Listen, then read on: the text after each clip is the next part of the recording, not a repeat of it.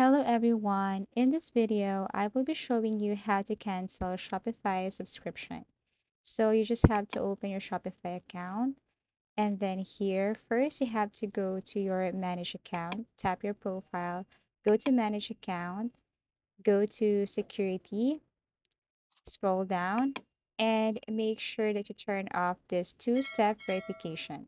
So email address should be turned off.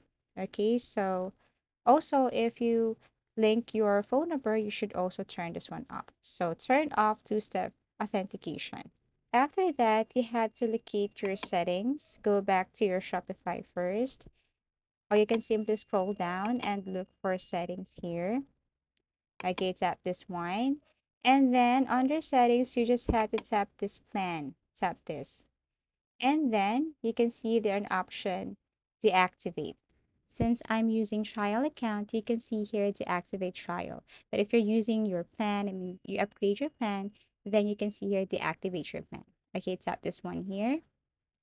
But let me remind you that before you tap this deactivate, you should make sure that you have unlinked all your third-party application here.